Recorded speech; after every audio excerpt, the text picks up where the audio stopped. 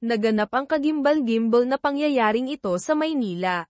Ilang bata ang takot na tumakbo palabas mula sa isang karinderya sa tabi ng kalsada. Sumisigaw, baliw na si Aling Maria. Pumasok si Mateo para tingnan ang sitwasyon, at nasindak nang makitang nakahandusay at naghihingalo sa sahig si Juan, ang asawa ni Maria. Nakatayo naman si Maria, hawak ang duguan pang bolo. Natigilan si Mateo. Kilala silang mag-asawa sa pagiging mabait at maayos. Paano nagawang saktan ni Maria ng ganito kalala ang kanyang asawa?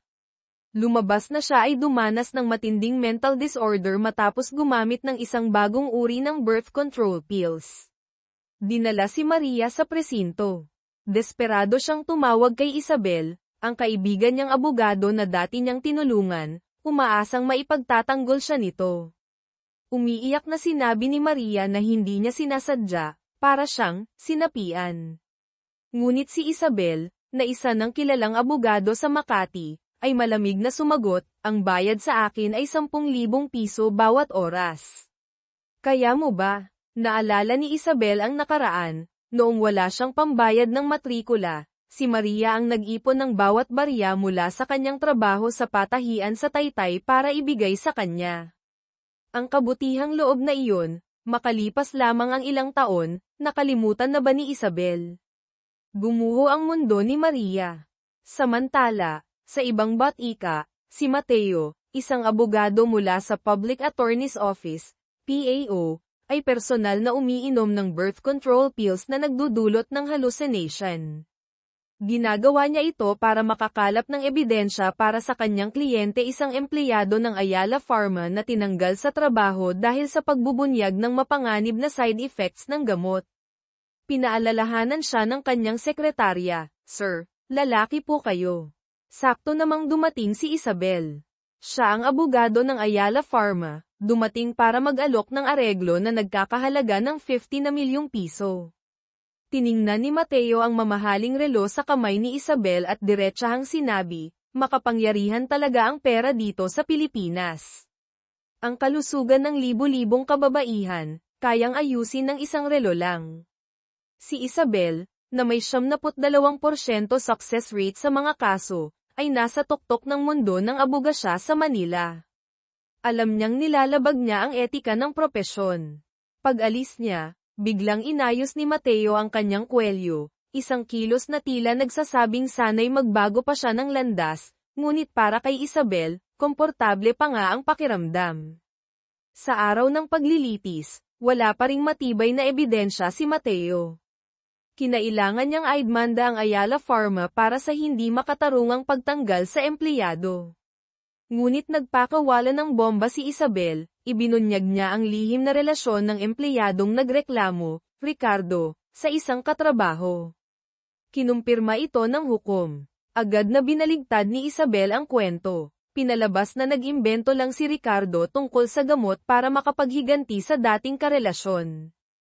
Hindi lang natalo si Ricardo sa kaso, nawalan pa siya ng dangal. Sa galit, sinampal niya si Isabel sa loob mismo ng korte. Ngunit nagkibit-balikat lang si Isabel, sinabing mas mura pang bumili ng bagong handbag para suyuin ang asawa kaysa matalo sa kaso at magbayad ng danyos. Ang kanyang, kahit walang awang, kakayahan ay muling hinangaan ng kanyang mga boss. Pagbalik sa law firm sa Makati, inalok ni Don Rafael si Isabel na maging partner. Paglilinaw sa relasyon, ang tatlong matatanda Don Armando, Don Miguel, Don Rafael ay magkakapatid. Si Don Armando ang chairman ng parent company. Sina Don Miguel at Don Rafael ang namamahala sa law firm. Si Ricardo ang direktor ng Ayala Pharma, na bahagi rin ng grupo. Si Isabel ay dating kasambahay sa bahay ni Don Armando. Tumutol si Ricardo, sinabing hindi siya karapat-dapat. Ngunit itinuring na ni Don Rafael si Isabel na parang pamangkin at nangakong ibibigay ang ilang shares. Bilang pagsubok, binigyan siya ni Don Miguel ng misyon, ayusin ang gulo tungkol sa birth control pills, humanap ng ebidensya na ang mga biktima, hindi bababa sa 5 na ang nakaranas ng matinding hallucination, ay dati nang may problema sa pag-iisip, bago pa pumasok ang mga investigador. Kapag nagtagumpay, magiging partner siya. Nang matanggap ni Isabel ang listahan ng mga biktima, nanigas siya. Maria ang dati niyang tagapagligtas. Nag-ulo ang kanyang isip ngunit gumawa pa rin siya ng plano. Pumunta siya sa kulungan para kausapin si Maria, hindi para tumulong, kundi para itulak ito sa bingit. Hindi makapaniwala si Maria na ang kaharap niya ay ang Isabel na walang utang na loob. Gumuho ang lahat ng pag-asa. Kinabukasan, nakatanggap ng balita si Isabel na nagtangkang magpakamatay si Maria sa kulungan. Nagtagumpay, si Isabel. Pagdating niya sa opisina, pinalakpakan siya ni Ricardo. Ang muntik ng pagkamatay ni Maria ay nagpapatunay, ngayon na dati na siyang may problema sa pag-iisip, walang kinalaman sa gamot. Tinupad ng dalawang don ang kanilang pangako, nag-organisa ng marangyang seremonya para sa kanyang promosyon. Ngunit paakyat pa lang si Isabel sa entablado para magtalumpati. Dumating ang mga pulis at inaresto siya sa salang pag-uudyok sa ibang tao na magpakamatay. Ang katotohanan, isang araw bago iyon, pinuntahan ni Isabel si Maria at sinabihang umarte na magpapakamatay para lumaki ang kaso. Kapag pumasok ang media, mapipilitan ang pulis na mag-imbestiga ng malaliman, at mapapatunayan ng medical tests na ang mental disorder ni Maria ay dahil sa gamot. Sa gayon, maabsuelto si Maria sa pananaksak sa asawa at makakakuha pa ng danyos mula sa Ayala Pharma. Pagkatapos, kinausap ni Isabel si Mateo, ibinigay ang internal report tungkol sa side effects ng gamot, at hiniling na siya ang maging abogado ni Maria. Ito lang ang paraan para mapilitang itigil ng Ayala Pharma ang pagbebenta ng nakal-alasong gamot. Nang muling makita ni Isabel si Maria sa Philippine General Hospital, PGH, parang pinipiga ang puso niya. Pinakiusapan lang niyang, umarte, si Maria, hindi niya inaasahang gagawin niya ito ng totoo. Ngunit sinabi ni Maria, sulit ang sakripisyong ito kung mailigtas nito ang libo-libong ibang kababaihan. Dinala si Isabel sa presinto. Sa kabutihang palad, si Mateo, na naunawaan ang komplikadong puso ni Isabel, ang nagpiyansa sa kanya. Ngunit kailangang malaman ni Isabel kung sino ang nagsumbong sa kanya. Nalaman niya mula kay Inspector Santos na si Don Miguel mismo ang tumawag. Alam ni Isabel na tapos na siya. Noong gabing iyon, huling beses na siyang nanatili sa kanyang marangyang kondo sa BGC, huling beses na nagmaneho ng paborito niyang kotse. Kailangan niyang harapin ang responsibilidad. Humarap siya kay Don Miguel, lumuhad. Ngunit galit na galit itong sumigaw na siya ay walang utang na loob, na dahil kay Maria ay tinalikuran niya ang kumpanya. Sa pulong ng mga board member, sinuspinde siya ng 1 taon. Mabuti na lang, naawa pa si Don Rafael at inilipat siya sa Public Attorney's Office, PAO, sa Quiapo. Wala ng kotse, kailangang sumakay ni Isabel ng jeepney papasok sa trabaho. Ang lugar na pinaglipatan sa kanya ay ang mismong opisina ni Mateo. Simple ang kapaligiran, malayong-malayo sa luho ng Makati. Kailangan niyang magtiis dahil ito ang pagsubok ni Don Rafael. Isang gabi, nag-overtime siya at bumuhos ang malakas na ulan. Inakala niyang si Mateo, na madalas niyang makasalubong, ay mag-aalok ng payong. Ngunit galit pa rin ito, hindi siya pinansin. Habang hindi niya alam ang gagawin, isang mamahaling sasakyan ang huminto. Si Ricardo, napilitan siyang sumakay. Nakita ni Mateo ang lahat mula sa malayo. Sa loob ng sasakyan, si Ricardo, na nagdulot ng labis na pagdurusa, ay nagsimulang mangbastos kay Isabel. Binalaan niya ito ngunit hindi tumigil. Nagalit siya at akmang lalaban. Sakto namang isang malaking pickup truck ang humarang. Bumaba ang matangkad na si Mateo, hinablot si Ricardo palabas sa ulan, at akmang bubugbugin. Ngunit pinigilan siya ni Isabel, dati ko siyang boss. Sumunod si Mateo, inihatid si Isabel pauwi, at umalis nang hindi kinukuha ang numero niya magkatrabaho naman sila. Bigla, nakatanggap ng tawag si Isabel, patay na si Ricardo, at kakaiba ang ayos ng bangkay. Nabigla si Isabel at pinaghinalaan si Mateo. Hinabol niya ito, ngunit nakita niyang dinadala na siya ni Inspector Santos. Nasabi lang ni Mateo, humanap ka muna ng ebidensya bago ka magsalita. Sa presinto, tinanong ni Inspector Santos si Mateo tungkol sa mga posibleng motibo sa pagpatay kay Ricardo. Inamin ni Mateo na may mga motibo siya, ngunit walang ebidensyang siya ang gumawa. Malaya siyang lumabas. Naging misteryoso ang pagkamatay ni Ricardo. Ang huling tawag niya ay kay Isabel. Pinaghinalaan din siya, ngunit wala ring ebidensya. Mabuti na rin at namatay si Ricardo. Nag-focus sina Isabel at Mateo sa trabaho sa PAO. Tinanggap nila ang kaso ng mag-inang Aling Nena at Dodong, pro bono.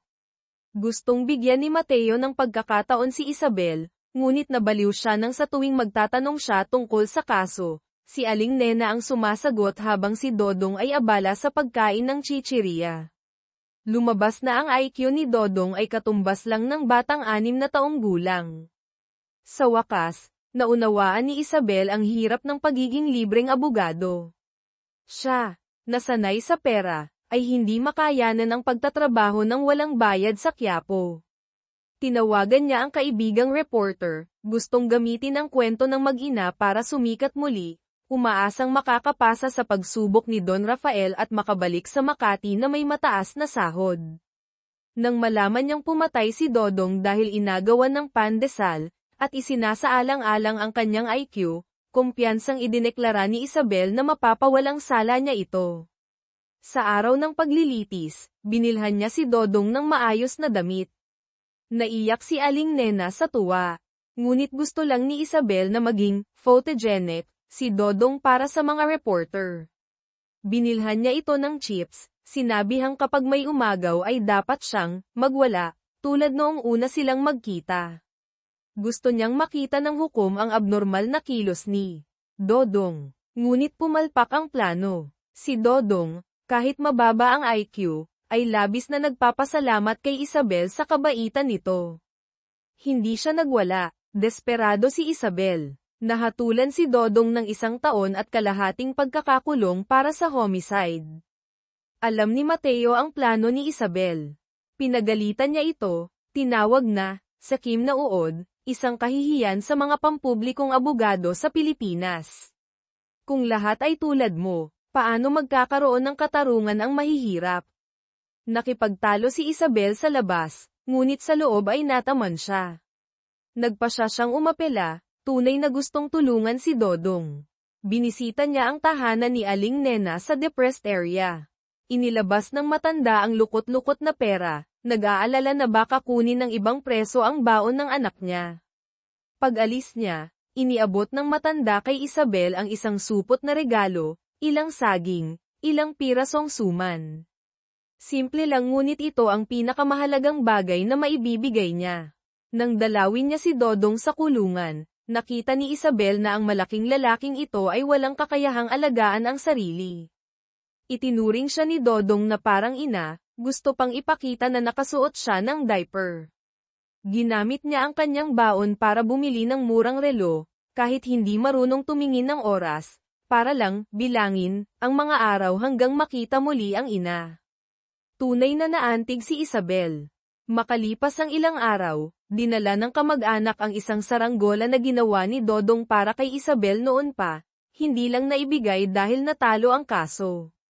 Habang pinapalipad ang saranggola, naalala niya ang kanyang kabataan sa bahay ampunan. Para kay Dodong, ang kalayaan ay ang makasama ang kanyang ina. Biglang sumabit ang saranggola sa kawad ng kuryente. Kinuha ni Isabel ang Wallace Tingting para sungkitin. Dumating si Mateo noon din. Tanga siyang tumalon para abutin ito, nadulas. Nasalo siya ni Mateo, ngunit tumama ang ulo niya sa ilong nito kaya natamba ito. Tinawag ni Isabel si Mateo hanggang sa magmulat ito ng mata, at nagkunwaring nagka-amnesia. Nagalit si Isabel, nakalimutan na iniligtas siya nito. Nakitang dumudugo ang ilong nito, hindi siya nagpasalamat kundi pinagbintangan pang sinusundan siya. Napilitang umamin si Mateo, nakatira ako sa rooftop doon sa tapat sa tondo 2 taon na. Lalo pang nagalit si Isabel, Ilang buwan na silang magkatabing bahay pero tuwing uwian ay iniiwasan siya nito. Frank ang sinabi ni Mateo, ayaw ko sa'yo kasi PAO lawyer ka pero pera lang ang iniisip mo. Ang bag mo katumbas na ng 1 taon kong sweldo, kapalit ng pagyurak sa etika. Hindi nakasagot si Isabel. Habang masama ang loob, nakatanggap siya ng tawag mula sa isang 70 anyos na lalaki, masungit na humihingi ng tulong para mapawalang sala sa kasong paninilip at pagkuha ng litrato ng mga babae. Babalewalain sana ni Isabel, ngunit isang bagong kaso ang dumating mula sa katrabaho na pumukaw sa kanya, isang sanggol na inabandona. Lumaki sa bahay ampunan, malapit sa puso ni Isabel ang kasong ito. Nang makaharap si Elena, ang ina, hindi siya naawa kundi sinabihan itong hindi karapat-dapat maging ina. Ngunit ikinwento rin ni Elena ang kanyang hirap, ulila rin siya, iniwan ng nobyo ng mabuntis, nanganak sa DSWD Center. Ngayon ay may bago siyang karelasyon kaya napilitang iwan ang anak. Bamantong hininga si Isabel. Kahit anong depensa, mahirap makaiwas sa kulong si Elena dahil mabigat na kaso ang pag-abandona ng sanggol sa Pilipinas. Plano ni Isabel na tulungan si Elena na makahanap ng trabaho sa panaderia paglabas, ngunit sinabi nitong buntis na naman siya. Napailing si Isabel, ngunit ilegal ang aborsayon. Nangako si Elena na aalagaan ang susunod na anak. Para sa sanggol na inabandona, si Isabel mismo ang nagpangalan, nagparehistro, at nakahanap ng mabuting pamilyang mag-aampon dito. Araw-araw na tumutulong sa mahihirap ng walang bayad, hinahangad pa rin ni Isabel na makabalik sa mataas na sahod sa Makati. Nakiusap siya sa kaibigang reporter na isulat ang mabubuti niyang gawa. Ngunit sinabi nito, hindi yan mainit na balita. Mas maraming magbabasa kung tungkol sa aso ng anak ng mayaman ang isusulat mo. Iyon ang mapait na katotohanan sa Manila. Ang mga mayayamang anak tulad ni Junior ay palaging abusado. Para sa kanilang kakaibang trip, pati mga bata ay pinagtitripan. Ngunit hindi alam ni Junior na ang mga bata ay lumapit sa isang seryosong volunteer lawyer, si Mateo. Pagdating pa lang, nakita na ni Mateo ang ginagawa ni Junior. Nagalit siya, sinipa ang side mirror ng kotse nito. Bago pa makakibo si Junior, sumugod si Mateo, at ibinato ang basag na salamin sa mukha ng mayabang na binatilyo.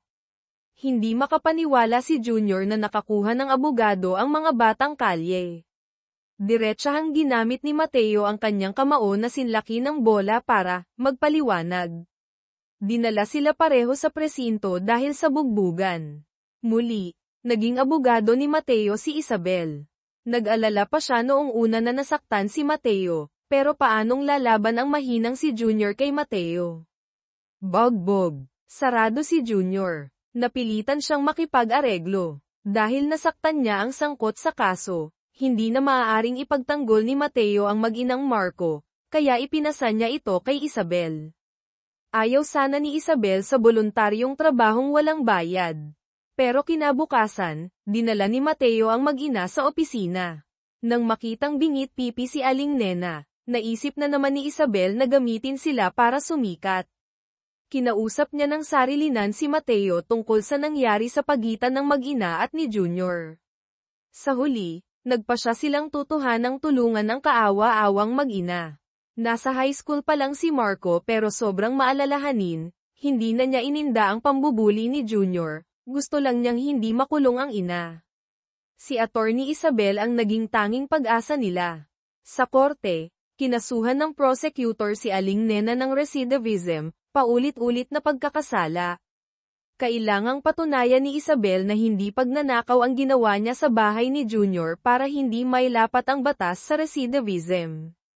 Matapos ay lahad ni Isabel ang kanilang kahirapan, inakusahan siya ng prosecutor na ginagamit ang kahinaan nila para makuha ang awa ng hukom. Naging mainit na sagutan ang paglilitis hanggang gamabi, nagsiuwian na ang mga hurado, paus na ang prosecutor, at nakatulog na ang hukom. Nang magising, hindi na natiis ng punong hukom ang katigasan ng prosecutor ano bang gantimpala ang makukuha sa pagpapakulong sa isang mahirap. Binago ng prosecutor ang kaso. Nakaiwas sa kulungan si Aling Nena, kailangan lang magbayad ng multang 50,000 piso, dahil sa pag-o-overtime para sa libreng pagtatanggol sa mahihirap. Nakita ni Mateo ang pagbabago kay Isabel. Hindi na siya ang abogadong pera lang ang iniisip. Para magdiwang, nagkayayaan silang uminom.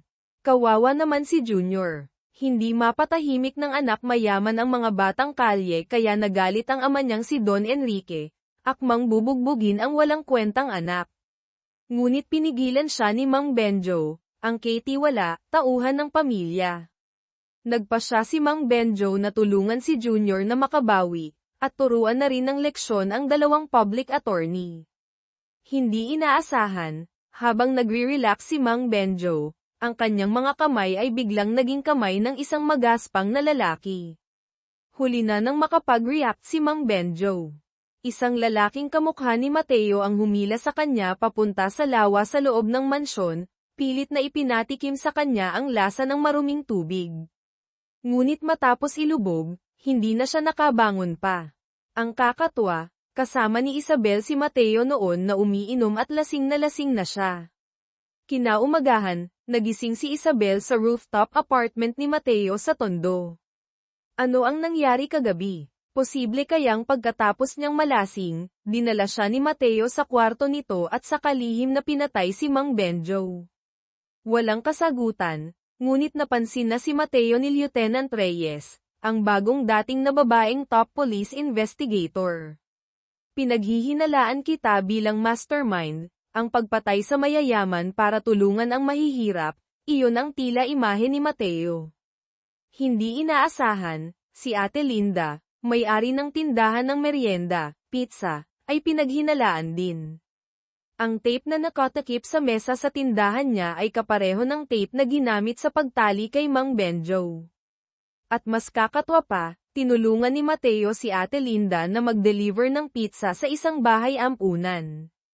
Ngunit ang direktor dito, si Mang Carding, ay isa ring masamang matanda.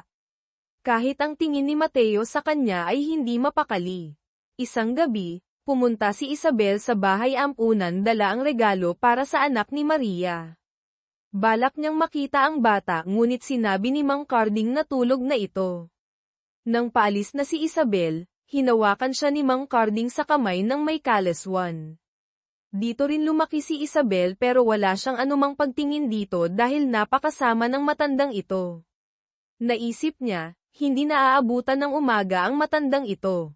Mabilis nga, hinayla si Mang Carding papunta sa dalampasigan at namatay katulad ng dalawang naunang matanda, si Ricardo sa bathtub, si Mang Benjo sa lawa.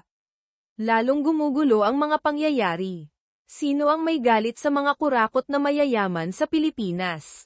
Sa loob ng ilang buwan, sunod-sunod ang pagkamatay ng mga bigating negosyante, lahat ay may kinalaman sa tubig.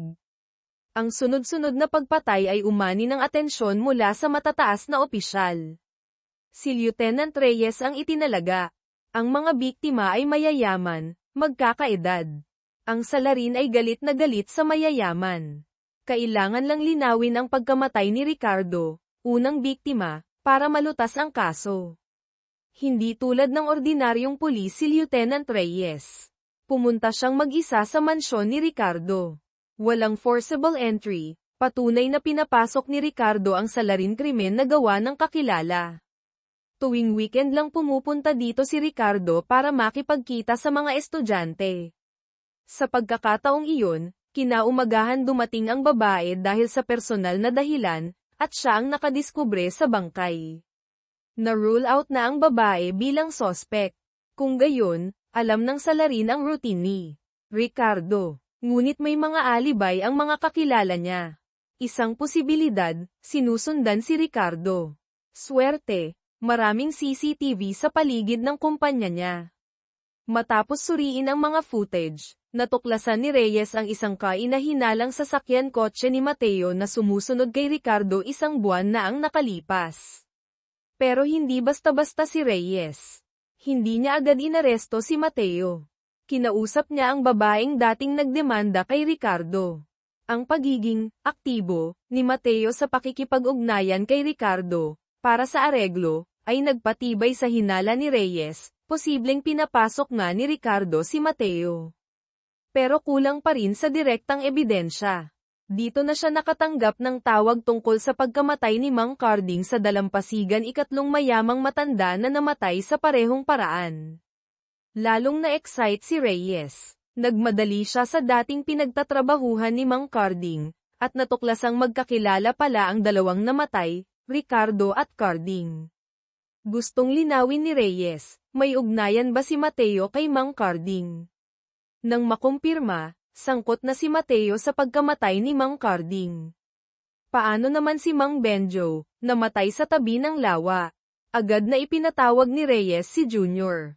Sa pagtatanong ni Reyes, inamin ni Junior na ang pasa sa mukha niya ay gawa ni Mateo. Talagang konektado na naman kay Mateo. Sunod, kailangang alamin ang motibo.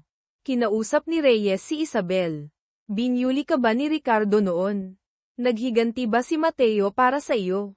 Magkatrabaho lang sila noon, hindi sapat na motibo para pumatay. Nang ipakita ni Reyes ang ebidensyang sinusundan ni Mateo si Ricardo, nagulat si Isabel. Magkasama sa opisina araw-araw, magkapit-bahay pa, at halos sa bawat pagkamatay, walang malinaw na alibay si Mateo. Hindi siya makapaniwalang ang mabait na public attorney na ito ang pumapatay sa mga matatandang mayayaman. Ang imahe ni Mateo ay pala kaibigan at matulungin. Pero tina-target niya ang mga arogante. Tulad ni Police Chief De Leon. Nagmamaneho ng mamahaling kotse na parang kanya ang kalsada. Nakita ni Mateo ang pagiging abusado nito. Hinamon niya ito sa karera. Kahit mas mura ang sasakyan niya, mas magaling siyang magmaneho, ginipit niya si De Leon hanggang sa matakot ito. Pagkatapos, umalis si Mateo, iniwan si De Leon na nagmumura. Hindi lang pala masama, kundi walang kaluluwa si De Leon. Si Officer Cruz, bagong pulis noon na gustong maglingkod, ay inimbitahan ni De Leon sa KTV para sa interview. Dahil sa trabaho, napilitang pumunta si Cruz. Nang malasing, lumabas ang tunay na intensyon ni De Leon. Ginahasa si Cruz doon mismo. Makalipas ang 8 taon, hinanapan ng ina ni Cruz ng libreng abogado si Isabel. Natalo sa kaso noon, napunta sa mental hospital si Cruz, naubos ang ipon ng pamilya. Nang marinig ang kwento, na-curious si Isabel kung anong walang konsensyang law firm ang nagtanggol kay De Leon noon. Ang dati niyang pinagtatrabahuhan sa Makati pala. Agad siyang tumawag sa dating katrabaho para kumuha ng papeles. Hindi makapaniwala si Isabel na siya mismo ang humawak ng kasong iyon noon. Naalala niya ang pakikipagsabuatan sa boss, dahil sa laki ng bayad ay naniwala siya sa panig ni De Leon. Ngayong nasa PAO na siya, naintindihan niya ang sinabi ni Mateo, naging sandata ang kaalaman niya sa batas para protektahan ang mayayaman. May utang siyang paumanhin kay Cruz. Si Cruz, na puno ng pangarap noon, ay nagbago na, wala na sa sarili, hindi naniniwalang ang walang hiyang abogado noon ang magbibigay ng hustisya sa kanya ng libre. Si De Leon ay hepe pa rin, lalong lumakas ang kapangyarihan. Malapit nang mag-expire ang kaso. Lihim na bumalik si Isabel sa dating opisina para kunin ang mga papeles ng kaso noon, ibinigay kay De Leon, marahil para takutin. Ngunit hindi na kinailangan ang batas. Isang malamig na hangin ang dumating sa mansyon ni De Leon. Narinig niya ang doorbell, binuksan ang pinto. Kakilala pala. Bago makakibo, hinayla na siya papasok sa kanyang banyo. Matagumpay na, naranasan, ang sinapit ng 3 naunang matanda. Pero hindi siya namatay. Kinaumagahan, dumating sina Lieutenant Reyes at Sergeant David sa crime scene. Sinabi ni David na natagpuan siya ng kapitbahay kagabi, na isugod sa ospital, humihinga pa. Walang nakuhang ebidensya. Giit ni David, si Mateo ang salarin. Matagal nang pinaghihinalaan ni Reyes si Mateo pero kulang pa rin sa direktang ebidensya. Naniniwala si David na motibo ni Mateo ang maging modernong bayani, piniling maging public attorney para parusahan ang malalakas at tulungan ang mahihina. Hindi sang-ayon si Reyes. Nagpasya siyang kausapin si Mateo. Hindi lang siya matalino sa batas, may IQ pa siyang 139. Walang direktang ebidensya, kaya magalang si Reyes na humingi ng kooperasyon para linawin ang mga pagdududa sa mga kaso. Pumayag si Mateo, ngunit may plano si Reyes. Hinintay niyang itapon ni Mateo ang baso ng kape sa basurahan, sa kanya ito lihim na kinuha para sa DNA. Makalipas ang ilang araw, nagmatch ang resulta, ang DNA ni Mateo ay tumugma sa sample mula sa crime scene ni Mang Benjo, ikalawang biktima. Sa wakas, may basehan na para arestuhin si Mateo. Si Sergeant David, na inis sa kayabangan ni Mateo, ang personal na nag-escort sa kanya, tuwang-tuwa. Hindi pa rin makapaniwala si Isabel na si Mateo ang salarin, hinabol niya si Reyes para magtanong, pero pinagsabihan siya ni Reyes na maghanda na rin para sa investigasyon. Nagsimula ang laban ng dalawang matatalino. Unang ebidensya ni Reyes, bakit sinusundan si Ricardo? Sagot ni Mateo, ilegal man ang pagsubaybay, bilang abogado, kailangan mong kilalanin ang kalaban para manalo. Makatwiran ang paliwanag. Pwede nang sabihing walang direktang kinalaman si Mateo sa pagkamatay ni Ricardo. Pero paano si Mang Benjo? Bakit kinuha ang kaso ng anak niya, Junior?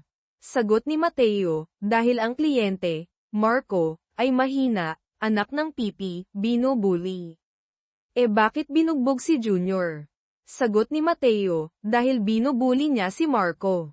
Kung gayon, nagkataon lang din ang pakikipag-usap, kung meron man, kay Mang Benjo. Paano ngayon ang DNA na nagmatch sa crime scene ni Mang Benjo? Hindi maipaliwanag ni Mateo. Dumating si Isabel sa presinto, humiling na makausap si Reyes. Ipinakita niya ang resibo mula sa ihaw-ihaw kung saan sila kumain ni Mateo noong gabing iyon. Kahit lasing siya, ang oras at CCTV ay hindi nagsisinungaling, patunay na may alibay si Mateo noong oras na pinatay si Mang Benjo. Naging misteryo ang DNA match. Hindi basta sisuko si Reyes. Dahil si Police Chief De Leon, na comatose sa ospital, ay may kinalaman din kay Mateo. Tinanong niya kung bakit binangga ni Mateo ang kotse ni De Leon ilang araw na ang nakalipas. Sagot ni Mateo, hindi ko alam na hepe siya, nainis lang ako sa pagharang niya sa daan. Walang butas ang mga sagot ni Mateo, lahat ng hinala ay nawala, pansamantala. Naiinis si Sergeant David sa galing ni Mateo magpalusot. Pinadala ba si Reyes ng mga nakatataas para makita ang kawalang kakayahan ng mga nasa ibaba? Dumating ang isang kasama, ibinalitang ibinasura ng Paiskalya ang arrest warrant para kay Mateo. Dismayado ang lahat ng investigador. Nang palayain si Mateo, nakatulog na si Isabel sa upuan. Sabay silang lumabas ng presinto. Umaga na. Hindi pa rin mahulaan ni Isabel ang lalaking ito. Hindi napigil ang itanong kung bakit mahilig magbiro si Mateo. Paano ang DNA sa crime scene? Ikinwento ni Mateo, noong araw bago iyon, araw na namatay si Mang Benjo, pumunta siya sa tindahan ni Ate Linda. Nakita niya ang ilang rolyo ng tape, kapareho ng ginamit sa biktima, kaya inilipat niya ito sa ibang lugar, para itago. Kung gayon, posibleng si Ate Linda ang mastermind. Bago malantad ang katotohanan, may isa pang matanda ang tiyak na mamamatay, si Don Rafael, ang mayamang nagpalaki kay Isabel. Umuwi si Don Miguel, anak ni Don Rafael, at nakitang nakatali ang ama sa upuan, galit na galit. Maitim ang mga daliri sa paa na may nakakabit na kuryente. Kahit sino ay tatawag ng pulis. Ngunit nang akmang tatawag ang kasambahay, pinigilan siya ni Don Miguel. Dahilan, hindi maaaring mamatay ng ganito ang ama niya. Tumatakbo siyang senador. Maraming ginawang masama si Don Rafael noong bata pa. Para hindi maapektuhan ang kandidatura, inutusan ni Don Miguel ang kasambahay na tumulong linisin ang ebidensya, ayusin ang bangkay, at ilipat sa kama para magmukhang natural ang pagkamatay. Ngunit nakatawag na pala saglit ang kasambahay, kahit naputol. Binalaan ni Don Miguel ang kasambahay, kapag nagsabi ng totoo, papatayin niya ang buong pamilya nito. Nang dumating ang mga investigador, Wala silang nakitang kaina-hinala sa bangkay. Tanging ang kaba ng kasambahay at hindi natural na pagkumpas ng kamay ang nagbigay ng hinala sa mga pulis. Agad silang tumawag ng tulong kay LT Reyes, at pinalabas muna sina Don Miguel at ang kasambahay. Sakto namang dumating ang pribadong doktor ni Don Rafael. Napagtanto ng mga pulis na hindi ordinaryong pamilya ito. Agad na ipinakilala ni Don Miguel ang sarili bilang kandidatong senador. Sa harap ng kapangyarihan, yumuko na lang ang mga pulis. Gumawa ng death certificate ang doktor na nagsasabing natural cause ang pagkamatay. Patay na si Don Rafael. Nang malaman ni Isabel ang balita, hindi niya matanggap. Pagkatapos mamatay ng lola niya, si Don Rafael ang nagmahal sa kanya, hindi niya alam na ito ang pumatay sa lola niya. Nang pumunta siya sa bahay ni Don Rafael, biglang bumalik ang ilang investigador. Kinabahan si Don Miguel. Lumabas na natuklasan ng taga-punerarya ang mga sunog sa daliri ng paa ni Don Rafael habang inaayos ang bangkay, malinaw na salungat sa nakasaad na natural cause sa death certificate. Kaya naman, pinili ng taga-punerarya na ipagbigay alam sa pulisya. Ang muling pagpasok ng CIDG ay tiyak na nagdulot ng kaba kay Don Miguel. Kinailangan nilang suhulan ang mga tao sa loob ng investigating body.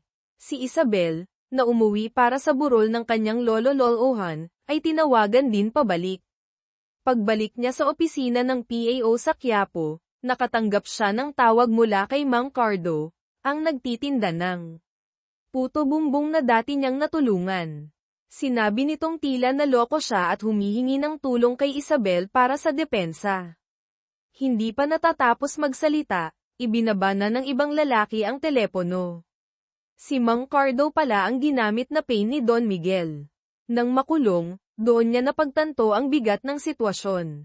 Huli na para magsisi, dahil ang mga taong sinuhulan ni Don Miguel sa loob ay nais siyang patahimikin. Mabilis na nagpahayag si Don Miguel sa media na ang pumatay sa kanyang ama ay namatay na sa loob ng kulungan. Nang mapanood ni Isabel ang pahayag ni Don Miguel, hindi siya makapaniwalang may lakas ng loob ang duwag na iyon. Pinuntahan niya si Don Miguel para linawin ang lahat. Halos makatwiran ang paliwanag nito. Alam ni Don Miguel na tumawag si Mang Cardo kay Isabel bago mamatay. Matapos makumpirma ang nilalaman ng tawag, nakahinga siya ng maluwag. Ang ikinalungkot ni Isabel ay nawala na ang tanging taong, akala niya'y, nagmamalasakit sa kanya sa mundo. Ngunit laging nariyan si Mateo kapag kailangan siya ni Isabel. Paano hindi mahuhulog ang loob niya sa taong ilang beses nagligtas sa kanya? Ngunit hindi niya inaasahan, ang pagkamatay ni Don Rafael ay may kinalaman pa rin kay Mateo. Mahigit 2:00 ng madaling araw, pumasok si Mateo sa presinto. Akala ng naka-duty na pulis ay nababaliw siya. Ngunit nagmamadaling dumating ang CIDG team matapos makatanggap ng tawag.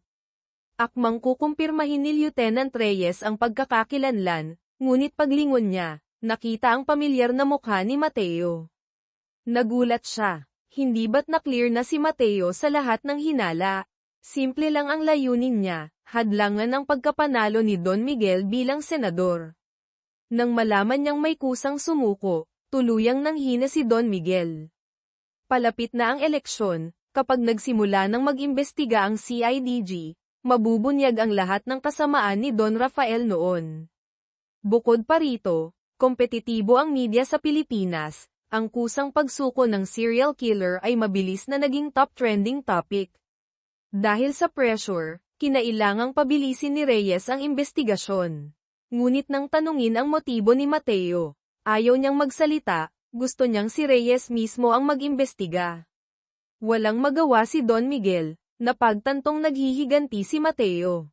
Nahulaan niyang may malalim na galit si Mateo kay Don Rafael. Sa kabilang banda, nakitang walang ginagawa ang mga investigador, nagpa siya si Mateo na baguhin ang taktika, humiling na kumuha ng abogado si Isabel ang magtatanggol sa kanya. Kapag nalaman ni Isabel na ang kasintahan niya ang pumatay sa lolo-lolohan niya, tiyak na aalamin niya ang katotohanan. Nasa trabaho si Isabel nang makatanggap ng tawag mula kay Reyes. Gusto siyang kunin ng serial killer bilang abogado para ipagtanggol ang pumatay sa kanyang lolo. Tiyak na isang pagpapahirap ito. Ngunit gusto niyang makita kung ano ang itsura ng taong walang kaluluwa. Nang ihatid ng mga pulis si Mateo, lumingon si Isabel. Ang nakaposas ay ang kanyang kasintahan. Sa sandaling iyon, nawalan ng pag-asa si Isabel. Hindi makapaniwalang si Mateo, nagamabay sa kanya sa kabutihan, ang kumitil sa buhay ng kanyang lolo. Sumikip ang dibdib niya, napahiga at hindi makatayo.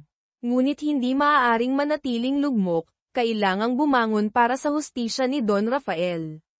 Sa presinto, bilang abogado ng sospek, sumali si Isabel sa interogasyon.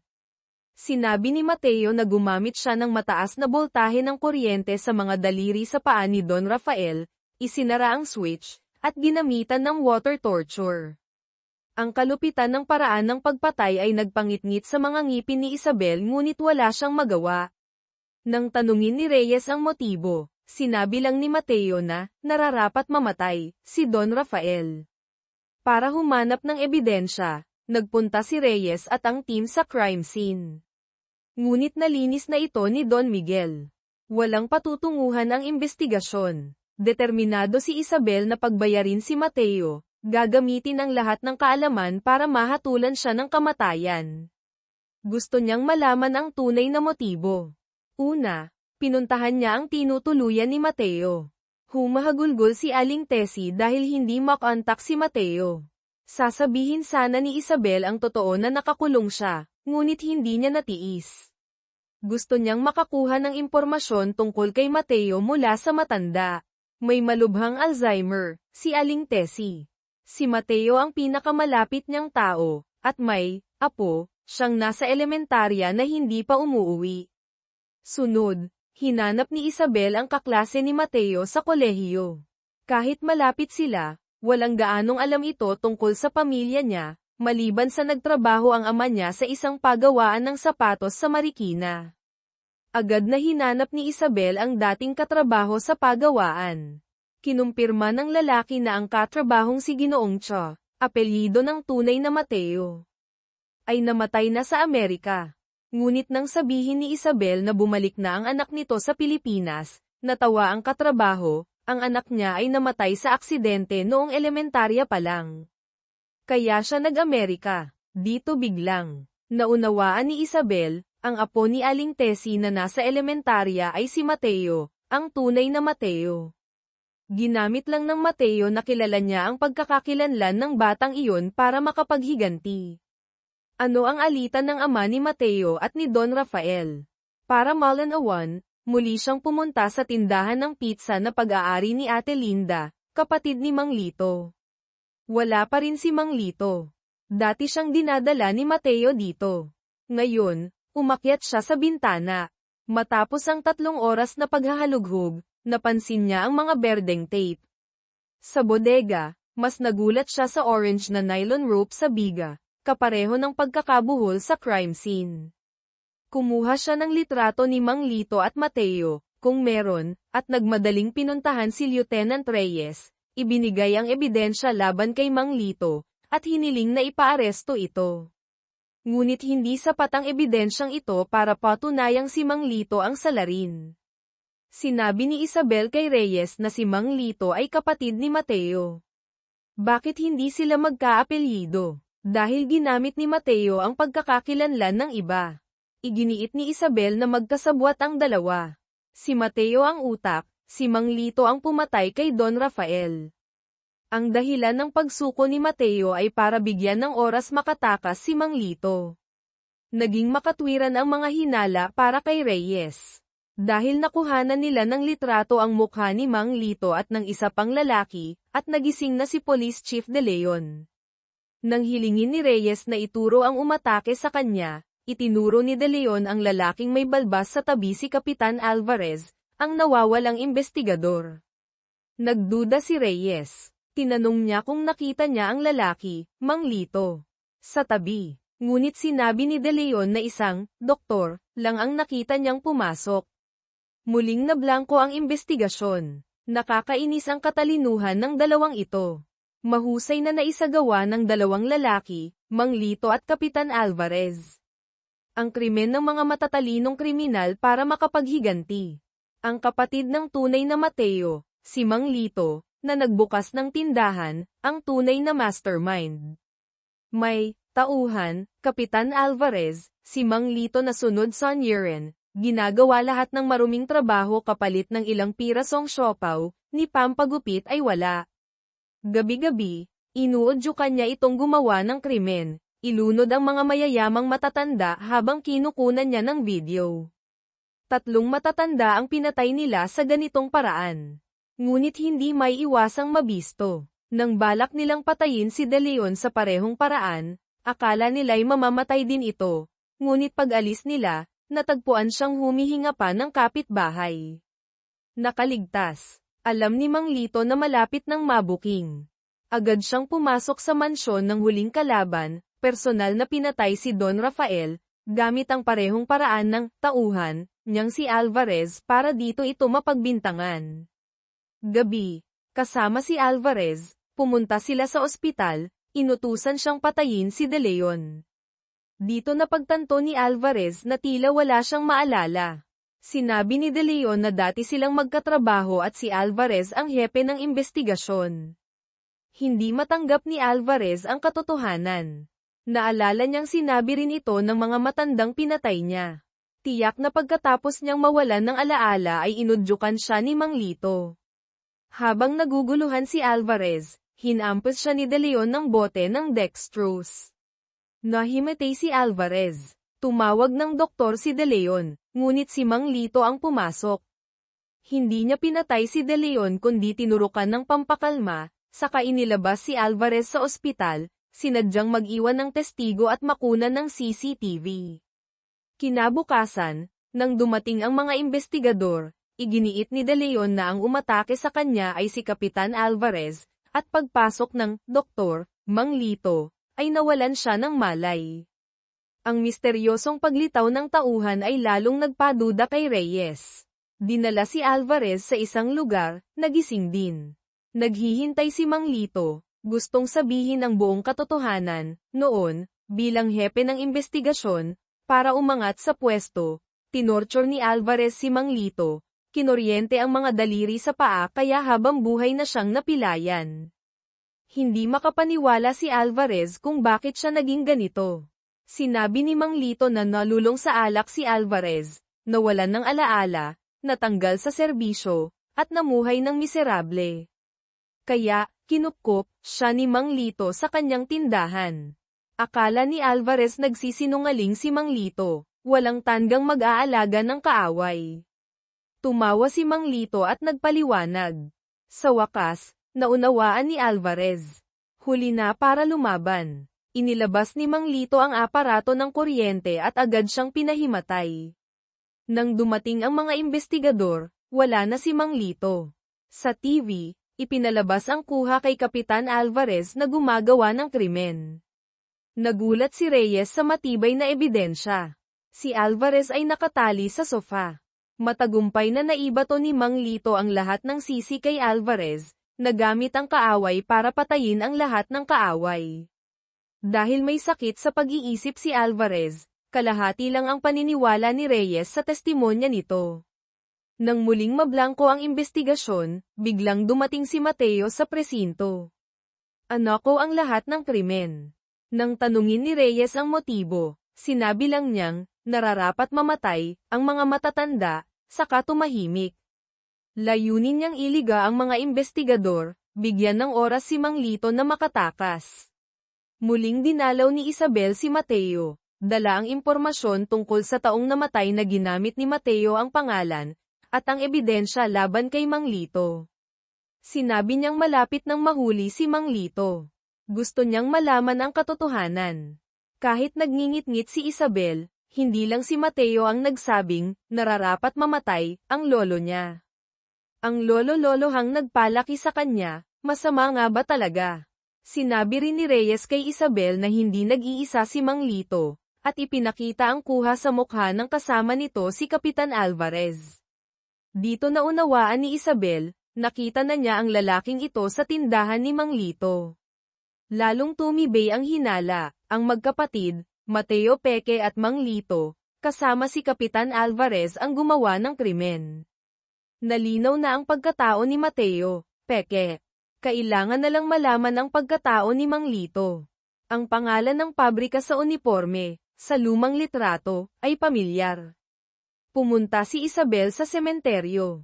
Sa tuwing dadalawin niya ang puntod ng lola niya, kapansin-pansin ang puntod ng dalagang nakalibing sa tabi nito.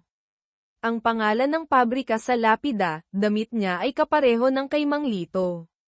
At ang litrato ay tila sinadyang itabingi.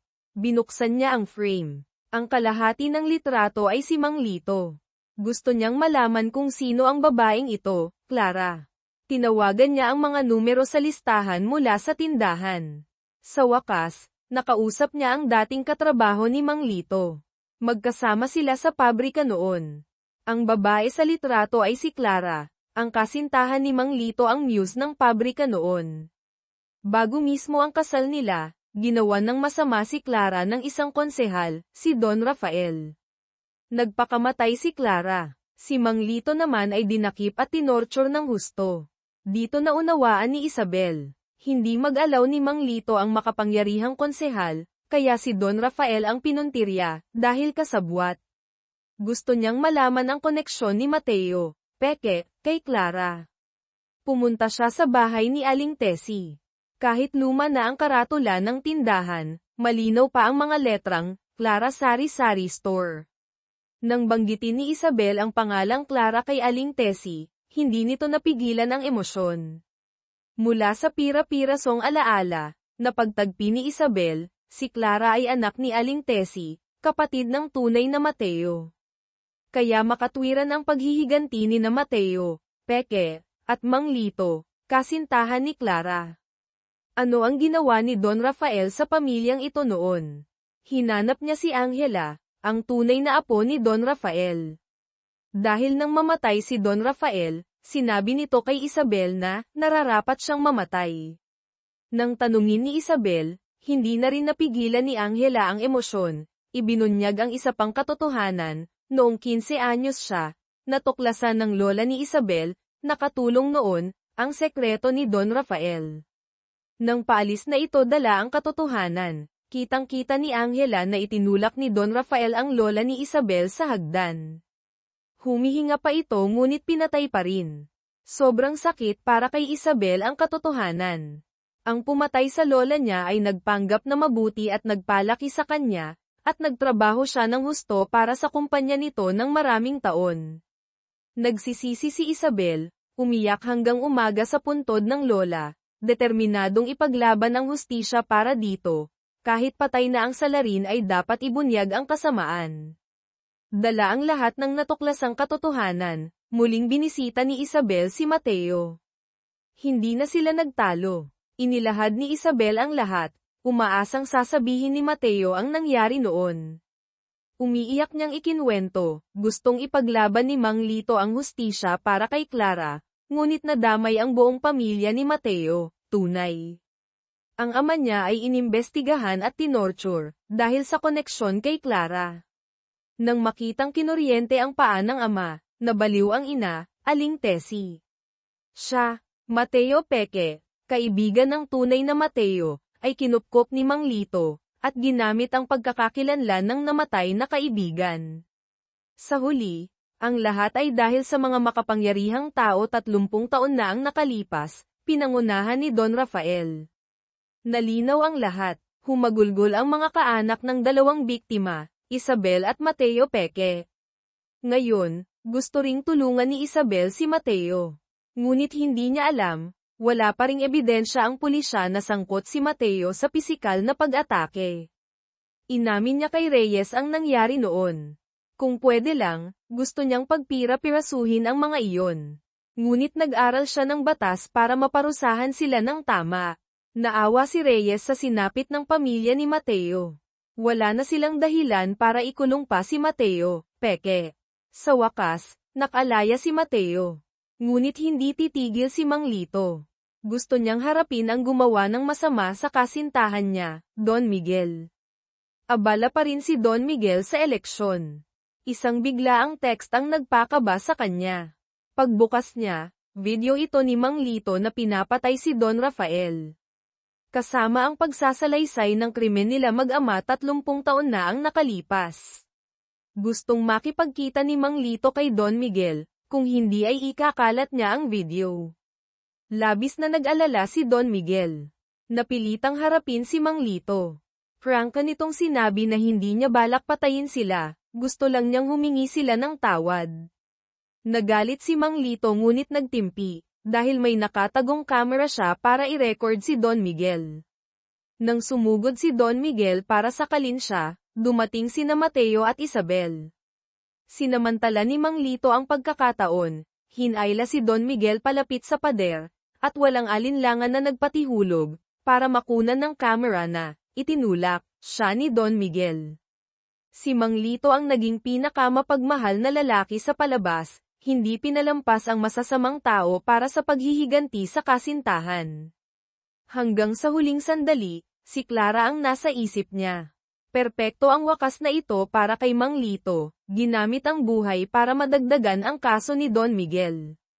Ngunit nakakalungkot, kahit 2 buhay ang nakuha ni Don Miguel, sa ilalim ng batas ng Pilipinas, 10 taon lang ang naging sentensya niya, marahil dahil sa kakulangan ng direktang ebidensya o impluwensya. Marahil ito ang gustong iparating ng manunulat tungkol sa kakulangan ng hustisya.